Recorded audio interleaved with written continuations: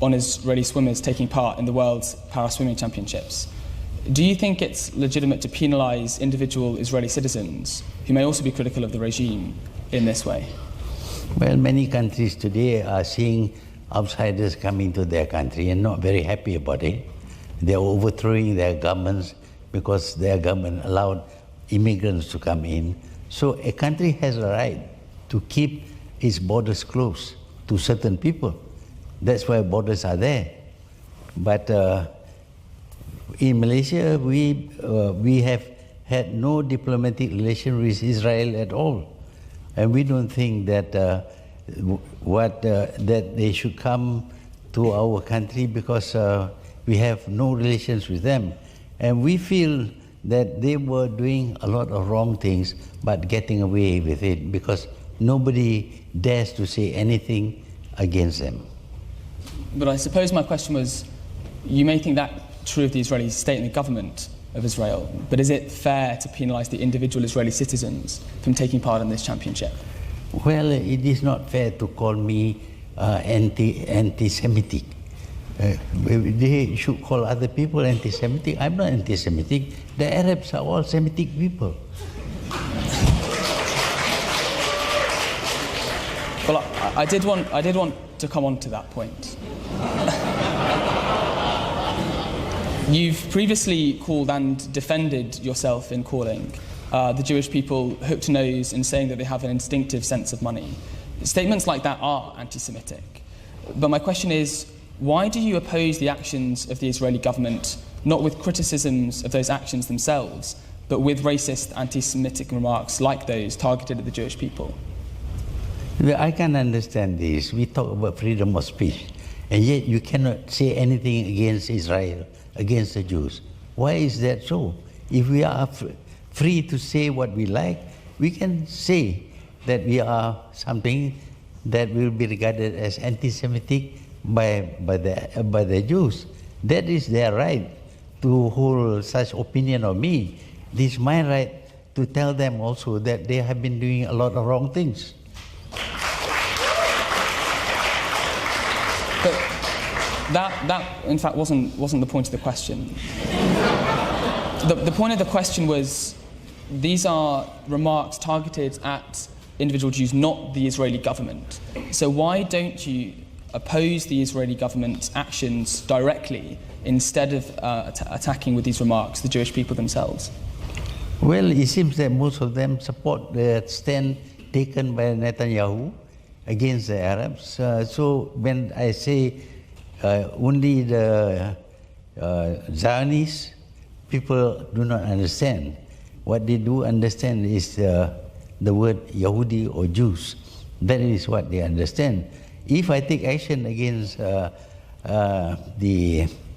this team, cricket team, it's not wrong because, for example, Europe wants to declare palm oil as poisonous. Why do you hurt the poor palm farmer in Malaysia? Because you dislike the government. I think the essence of the question was different, and I'll return to it again.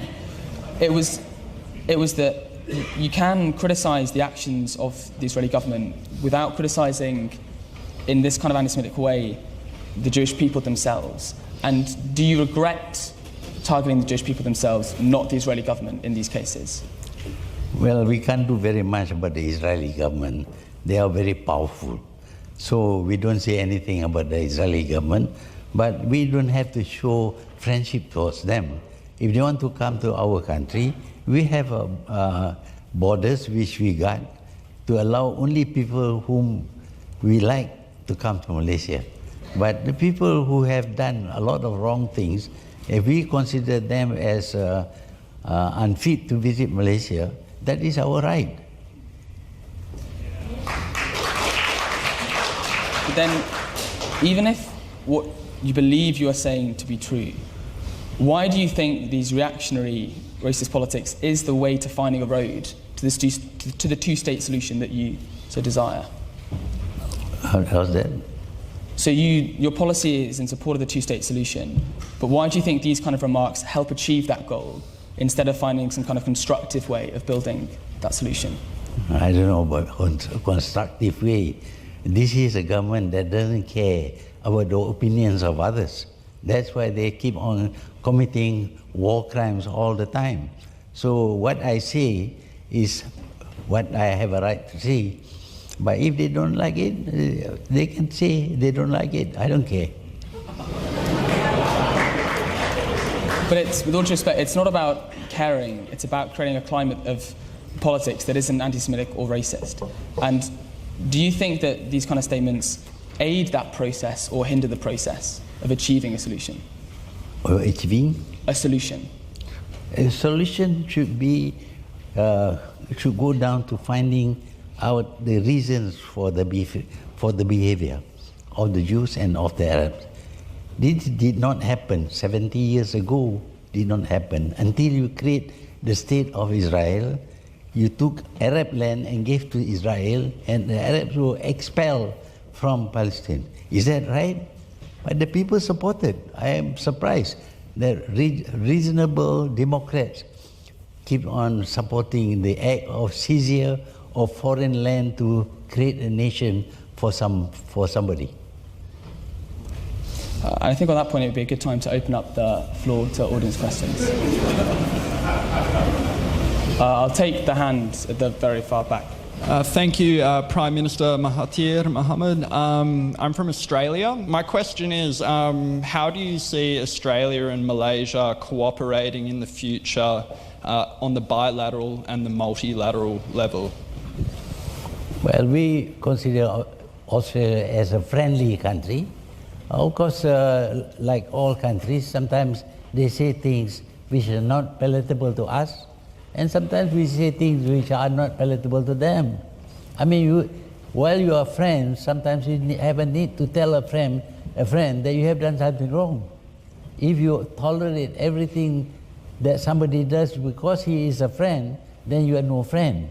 So we tell Australia that because they decided to recognize Jerusalem as the capital of Israel, that will only cause a lot of people to get very angry, and some of them might become terrorists because of that. That's what I told the Prime Minister. It's up to him to do what he likes, of course.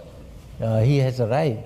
But what I think will happen is that you are causing a lot of people to feel very angry, and they are frustrated, and when they cannot do anything, they go and blow themselves up in your country. That's what will happen.